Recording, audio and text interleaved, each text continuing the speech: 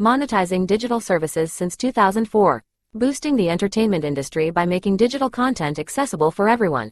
AWG, where innovation meets monetization. Welcome to the Human Capital Innovations Podcast. We're your source for personal, professional, and organizational growth and development, where we share original research, explore industry trends, and interview executives and thought leaders from across the globe. We hope you join us often for practitioner-oriented content around all things related to leadership, HR, talent management, organizational development, and change management. Maximize your personal and organizational potential with Human Capital Innovations Podcast.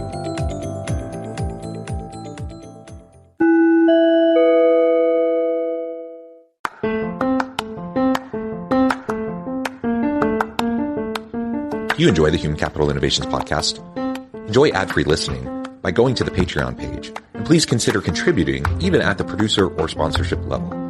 And please leave a review. Thank you for your support.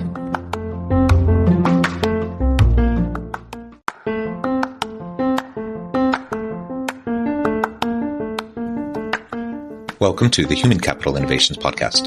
In this HCI Podcast episode, I talk with Jeremy Utley about his new book, Ideaflow, the only business metric that matters.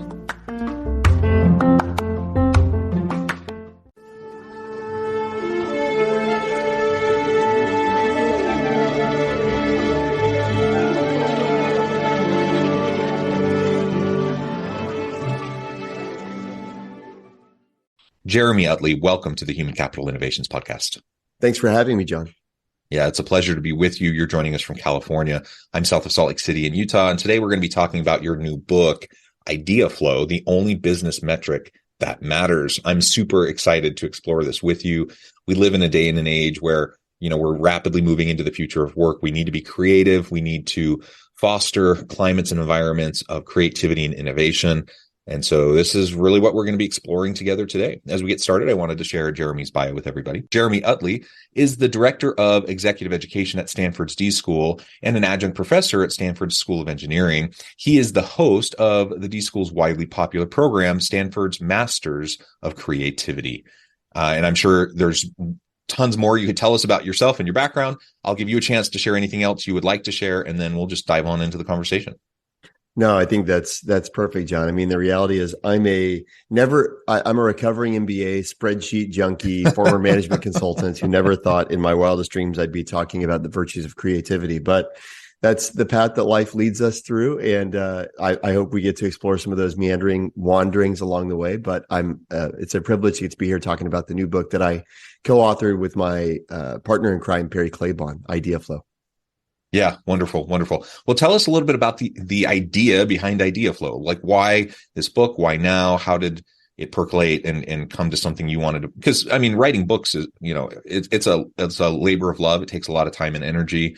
Why this book? Why now? And then we can start to dig into the key points and ideas from it. Yeah, it's writing a book is not for the faint of heart. That's one thing I've learned. I would say the reason for the book, Perry and I have been running executive education at the D School for the last 12 or 13 years. And one of the phenomena we've observed is that while innovation has reached this level of emphasis, that's almost a fever pitch in terms of the amount of hype that it receives. Yet for all the hype, it remains one of the most undernourished capabilities that we see in organizations. So the delta there between the words and the messaging around creativity and innovation and the practice of daily creativity, we just found that difference to be so considerable. And we have the privilege of getting to teach at Stanford, but the reality is we interact with such a small percentage of the working population. We felt honestly that a book was a way to make a lot of these ideas a lot more accessible to larger audiences and folks we don't get to teach at Stanford. Yeah. And if I could just double click on that. So you're absolutely right. There's a big gap. I think everyone and their dog talks about creativity and innovation. I think everyone recognizes it's important, but where the rhetoric then gets, implemented and where the rubber meets the road, I just see huge gaps. And I think there's good intentions. There's aspirational, intentions and goals that people have, but there are lots of things that organizations and leaders do whether it's intentional or not, to actively undermine their ability to foster creativity and innovation in their teams. And so it is frustrating for people who want to be in an innovative space, where they hear the rhetoric, where they hear the messaging consistently, yet the actual daily practice, the daily lived experience does not jive with that. I think, John, part of it comes from a failure of vocabulary, because I think, words like innovation or creativity or even ideas, they're so prevalent that we can kind of take their definitions for granted. And yet, if we do so at our own peril, I would say, take, for example, creativity. If a leader wants to know, how do I draw the creativity out of my team? I think a lot of leaders would love to be able to do that.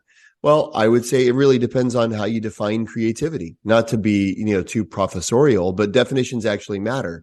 And for a lot of people, if creativity is artistry, then if you're asking, how do I draw the artistry out of my team? I'd say, well, does the team possess artistry? Does the team need to be artistic? And I would be doubtful on multiple fronts, right? But that's not what we mean by creativity. I think that's not what most leaders mean by creativity. But because they don't have a good definition, it leaves them without very practical techniques. I would say, by the way, just for those who are curious, creativity, my favorite definition comes from a 7th grader in Ohio. She said, creativity is doing more than the first thing that comes to your mind. And I actually love that. I think it's a profound definition. We could dig into it if you want. But the one thing that I would say is it doesn't have anything to do with the domain or the function, right?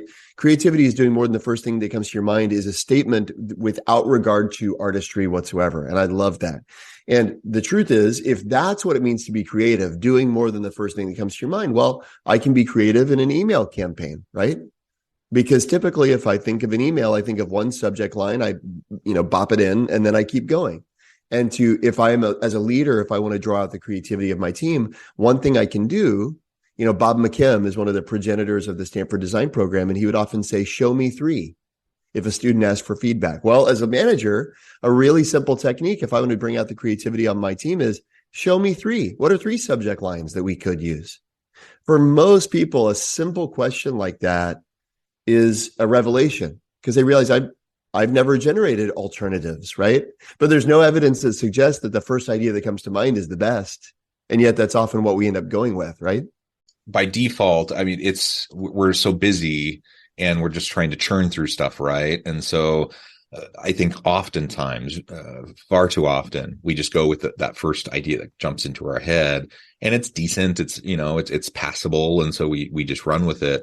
And if you just pause, take a few extra minutes to iterate a little bit and come up with some alternatives, actually you can come up with whole new strains of thought that can potentially take you in a much better direction, if not at least, changing things up a little bit to have, like in your example of an email campaign, just something that's a little bit different, might catch people's eye a little bit differently, whatever. A few extra minutes can take you a long way. But that's hard when people feel so pressed for time, when they feel like they have to churn stuff out so quickly. Well, I think it gets down to mindset, John. We one of the big emphasis of the book is that innovation is not an event. People, if you ask when's the last time you innovated, a lot of people will look to the hackathon or the sprint or the workshop, right? I innovated when we did that hackathon, as if the rest of my work is not, has no bearing on creativity or innovation or anything like that.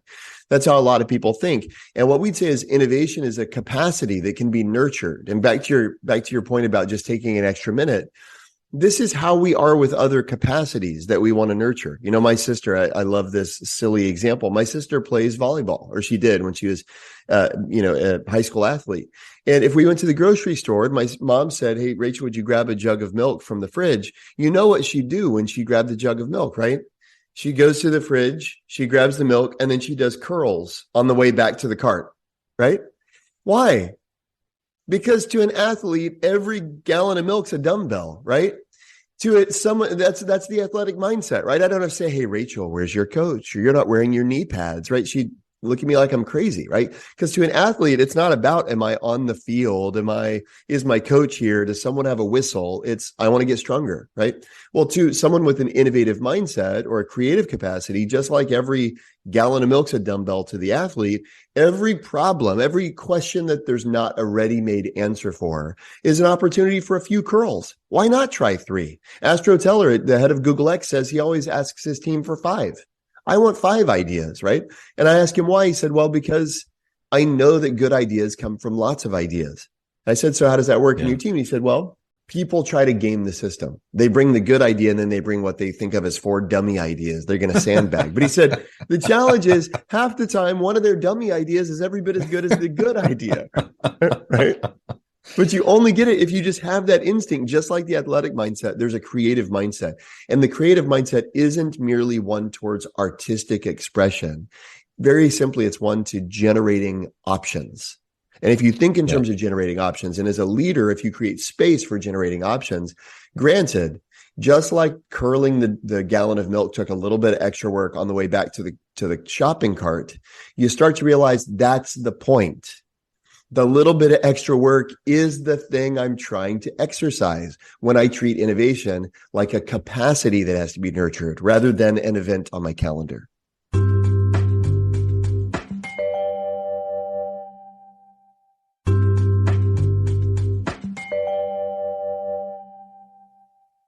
Yeah. And I really like the more inclusive definition that you're using beyond kind of the traditional artistic, the performative, those types of things that people often first think about when they think about innovation or they think about creativity. It does need to be more inclusive than that.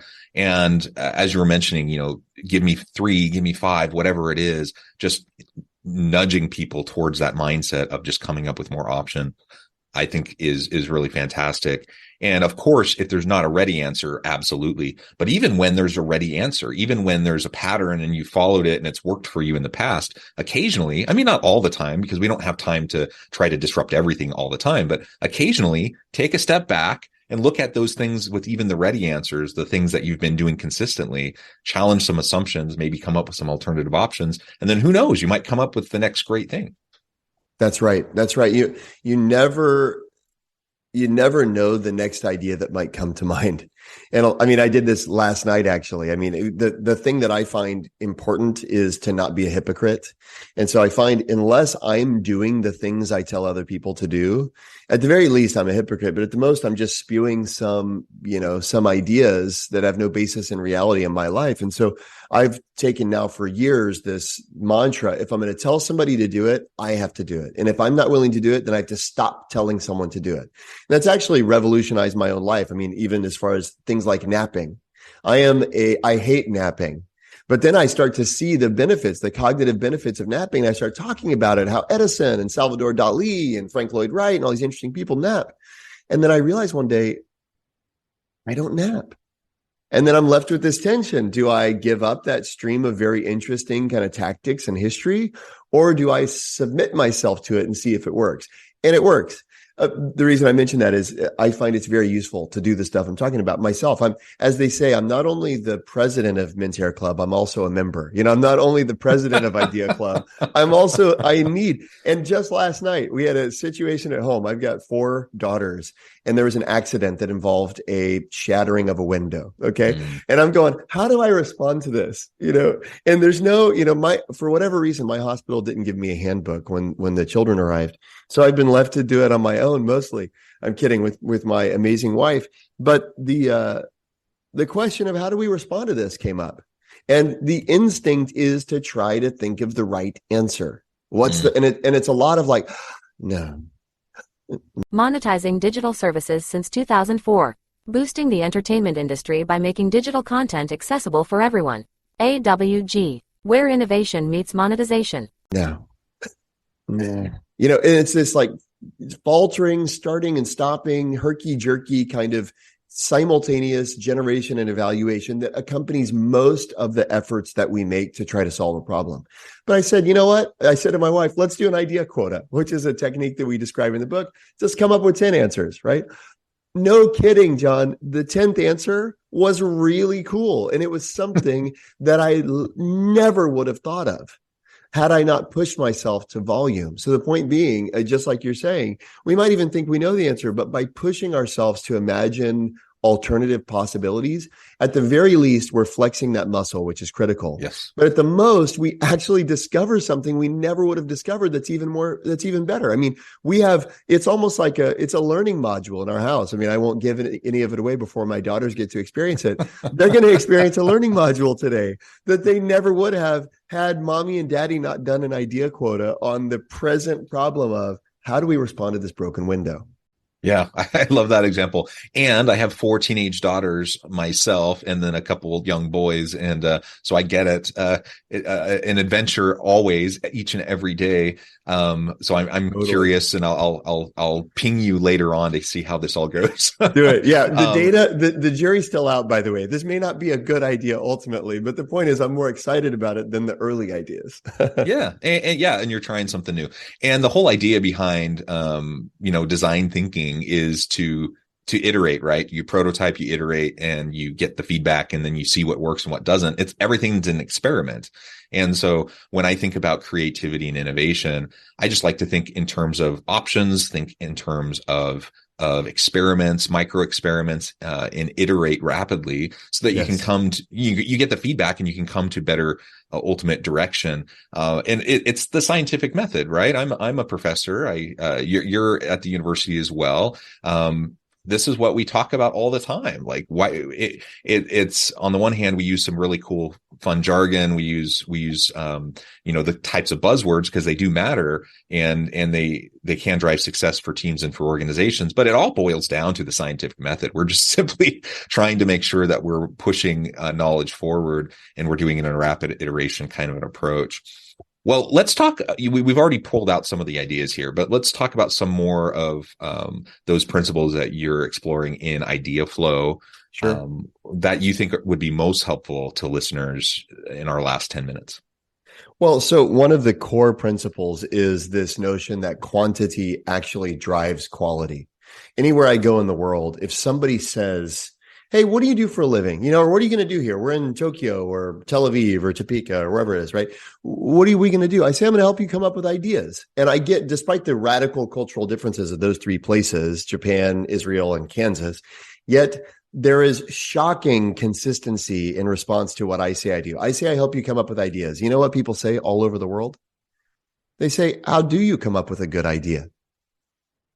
I say, wait, who said anything about good? I didn't say I'm going to help you come up with good ideas, right?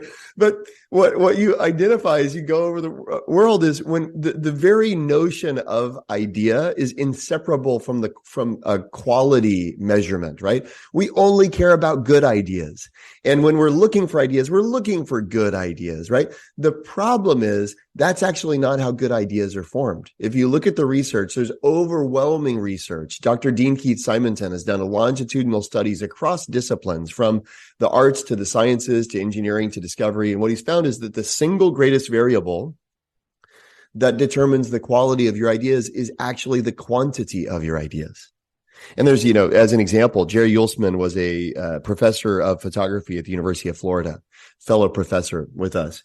And he basically divided his classroom in half one day. And he said, okay, end of the semester, we're going to have a different grading criteria for each half of the class.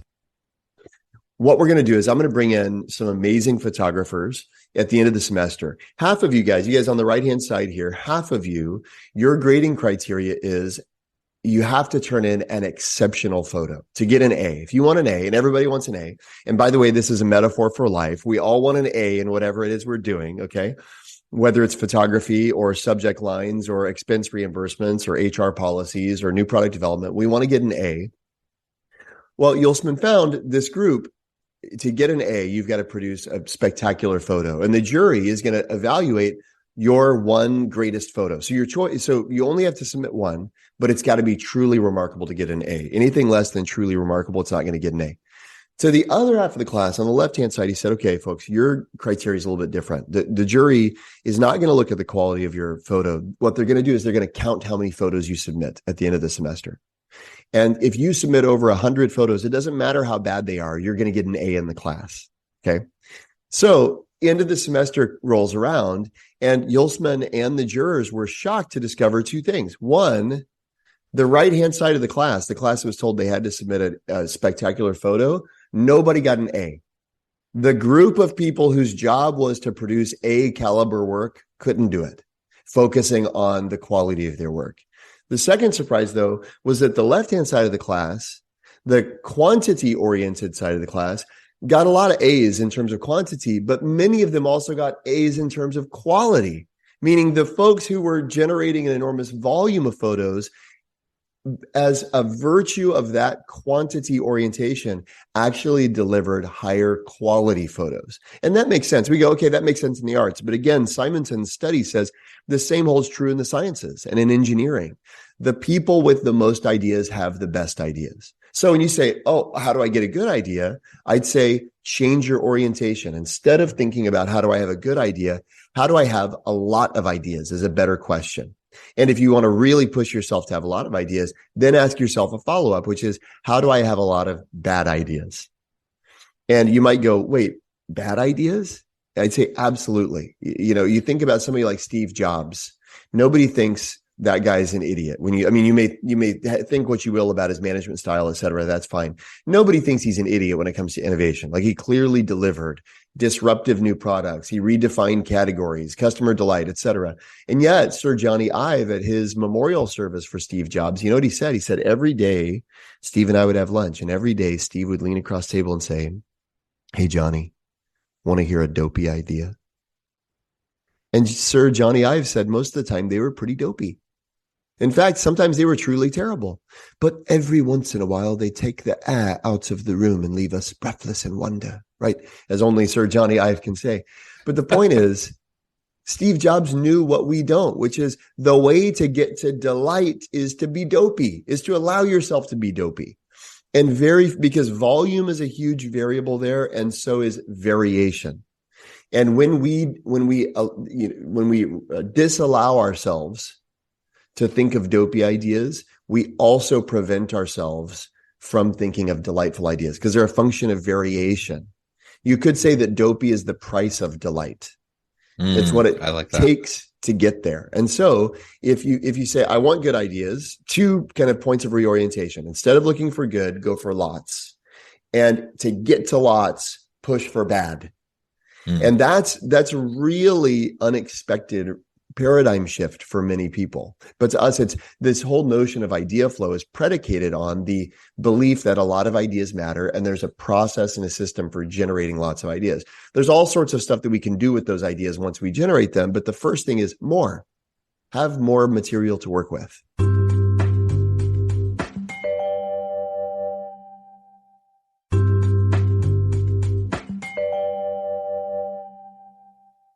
And the old saying, don't let the perfect be the enemy of the good, right? That if we're so focused on making sure that we have that high quality item, whatever it is in our work process and our policies, our procedures, and our communications and whatever, then we become paralyzed. We can't make decisions. We can't move forward. And we get stuck on that one thing that we're trying to make perfect. And of course, we don't, when we're bringing a product to the market, we don't want a crappy product. But we also, if we have fast iteration and we allow ourselves to have a higher quantity of good stuff, eventually something remarkable, delightful will come of that. Yes. But we can get stuck. We can get trapped behind this idea of we need to come up with the answer, with the perfect response or whatever. And then we just become paralyzed and we can't move forward. One thing I might recommend to folks who are wrestling with this notion is think about Jerry Seinfeld, world-class, world-renowned breakthrough thinker in his own right, in his own sphere. Everybody thinks of the Letterman show where he does 15 minutes of just, mountaintop to mountaintop, perfect delivery to perfect delivery. And we go, well, he's an alien. He's like totally different than us. There's no way I could do that. But what you don't know if you don't study him, right? But what you do know if you do study him is, how does Jerry Seinfeld get to 15 perfect minutes? He's going into clubs for a year ahead of time, bombing night after night after night, taking copious notes, refining, bombing, refining, bombing, refining. and he's figuring out what works. There's a fascinating documentary, if you haven't watched it, you should watch, called The Comedian, and it catalogs his return to stand-up after Seinfeld, the sitcom. And there's this one amazing moment where he's flailing on stage. It's not going well. And this woman is heckling him from the side. She goes, "Hey buddy, is this your first time?" It's like, the guy's world famous, right? But there's 200 people in the audience, and he's bombing. And Seinfeld says to me so beautiful. He says, "This is how comedians develop new material. And as you can tell, it's quite painful." And to me, what's amazing is, you string together 300 nights of 200 people thinking he's an idiot. What is that? 60,000 people? 60,000 people think Seinfeld's an idiot, approximately, right? That's what it takes to get 2 or 20 million people watching him on Letterman thinking he's a genius. And the question is, if you want to get to the Letterman caliber outcome in whatever you're doing, where is your nightclub? Where is your process in a small contained setting to share the dopey ideas that enable you? That process is what enables you to get to the light. Nobody signs up for Letterman a year from now and goes, "Can't wait till the perfect 15 minutes come to mind for me." Nobody does, right? But if you look at most organizations, if they say a year from now we need Letterman quality, Letterman caliber output, and you ask them what the process is to get there, they're waiting for the Letterman caliber script to fall in their laps. And let's not forget that Seinfeld, I believe, is the first comedian to reach billionaire status. So he's had truly remarkable success by kind of all metrics, all standards. Jeremy, this has just been super fun. I know at the time I need to let you go on with your busy day here in just a minute, but this has been great. And I really encourage listeners to reach out, get connected, and check out the book, Ideaflow, the only business metric that matters. As we close up, I just wanted to give you a moment to share with the audience how they can connect with you, and then give us a final word on the topic for today. Absolutely. So the best place to reach me, probably Twitter. I'm on Twitter, or LinkedIn. I've got a website. I blog every single day about these topics, jeremyutley.design. And then we've got a book website in promotion of the book, ideaflow.design. And we've got a free chapter actually on the website right now called How to Think Like Bezos in Jobs. And maybe just in conclusion, to tie it to that, a lot of folks wonder what makes breakthrough thinkers different. Do they have different genetics, different DNA? What I would say, kind of tongue in cheek, is what makes breakthrough thinkers different is how they think. And you can learn to think in a breakthrough manner, right? And that's the hope with Ideaflow. That's the hope of all this stuff that I'm doing and putting out in the world, is to practically equip folks to think in a more breakthrough manner. And so check out the websites, jeremyutley.design or ideaflow.design, and feel free to reach out. I answer all my own email and LinkedIn messages and things like that, and I look forward to hearing from folks. Thanks for having me. Thank you, Jeremy. Again, it's been a pleasure. I encourage my audience to reach out and get connected, check out the book. And as always, I hope everyone can stay healthy and safe, that you can find meaning and purpose at work each and every day. And I hope you all have a great week.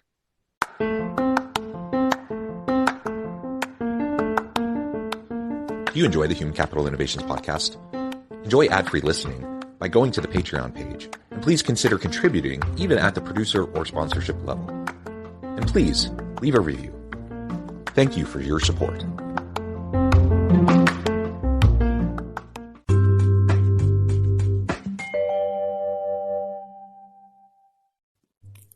Thanks again for joining us for this episode of the Human Capital Innovations podcast. I hope you stay healthy and safe, and that you have a great week.